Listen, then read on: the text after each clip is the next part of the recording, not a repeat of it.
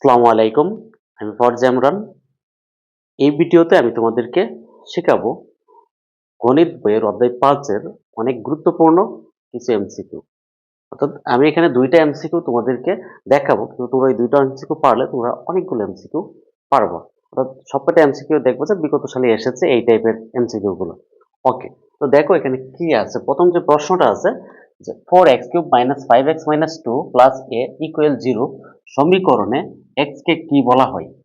এই প্রশ্নটা আসছে দিনাজপুর বোর্ড 2016 তে। ঠিক আছে? তো এখানে এই সমীকরণে x কে কি বলা হয়? ঠিক আছে? এখানে ৪ টা অপশন আছে। এখন এই x কে কি বলা হয় এটা তুমি কি করে বুঝবা বা তোমরা যারা মোটামুটি গণিত সম্পর্কে ধারণা আছে সবাই এটা বুঝবা যে এখানে দেখো ৪ টা অপশন ধ্রুবক, ঘাত, চলক, সহগ। এর মধ্যে এখানে আনস হবে চলক। কারণ চলক হচ্ছে সমীকরণে যে অজ্ঞাত রাশি, যে রাশিটার মান আমরা জানি না, জানা নেই, সেটাই হচ্ছে চলক। ঠিক আছে? তো এখানে x টা হচ্ছে চলক। ঠিক আছে? এবং এটার আনস হচ্ছে চলক।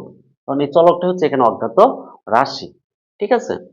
তাছাড়া এক্স ওয়াই জেড এগুলো কি মূলত চলক ধরা হয়। যদি এগুলো না থাকে তাহলে এ বি সি এগুলাকে ধরা হয় বা অন্য কিছু যদি থাকে তো সেটাকে ধরা হয়।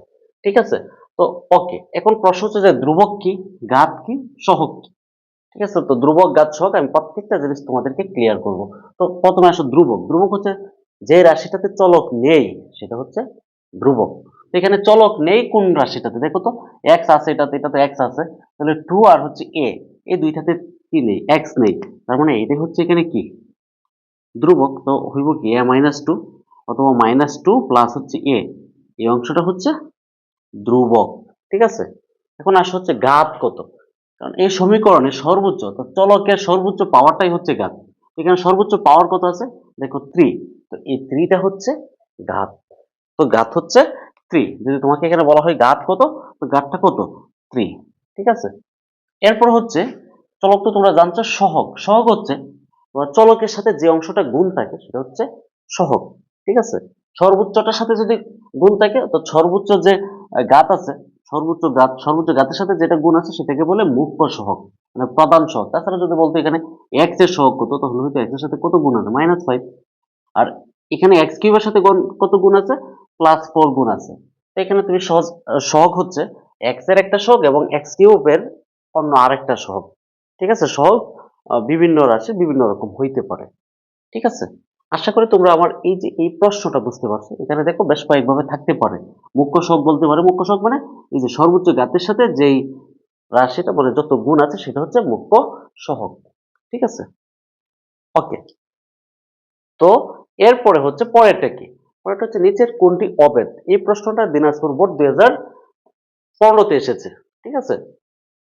তো কোনটা অবেদ? অবেদ মানে অবশ্যই তোমার কি হইব? অবেদের মাঝে সমান চিহ্ন থাকবে। অর্থাৎ এটা একটা সমীকরণ। অবেদ মানে হচ্ছে সমীকরণ। সমীকরণ আর অবেদের মধ্যে পার্থক্য হচ্ছে সমীকরণের ২ টা পাশ সমান থাকে না। কিন্তু অবেদের ২ টা পাশ সমান থাকে। অর্থাৎ সমান চিহ্নের ডান পাশ, বাম পাশ আর ডান পাশ ২ টা অবশ্যই কি হবে? সমান হবে। এটাই হচ্ছে অবেদ। অবেদ হওয়ার শর্ত। ঠিক আছে? আর সমান চিহ্ন থাকলে সে একটা সমীকরণ। কিন্তু অবেদ তখনই হইব যখন আমার কি হইব?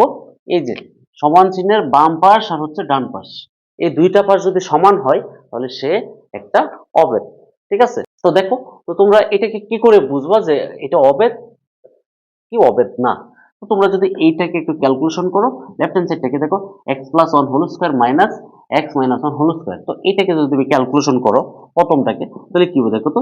a স্কয়ার প্লাস হচ্ছে 2x প্লাস হচ্ছে 1। আর ওইটাকে যদি করো মাইনাস, যেহেতু সামনে আছে পরের সাথে চিহ্ন পাল্টে যাবে, তাহলে কি হবে? x স্কয়ার মাইনাসটা হয়ে যাবে প্লাস 2x আর শেষেরটা প্লাস হতে হয়ে যাবে মাইনাস।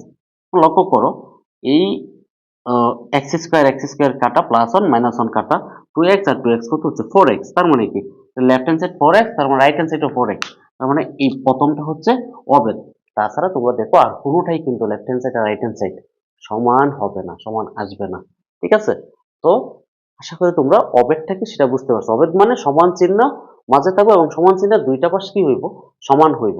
২ টা পাশ সমান থাকবো। আশা করি তোমরা আমার এই ভিডিওর যে গুরুত্বপূর্ণ ২ টা এমসিকিউ আছে সেই এমসিকিউ ২ টার আলোচনাটা বুঝতে পারছো।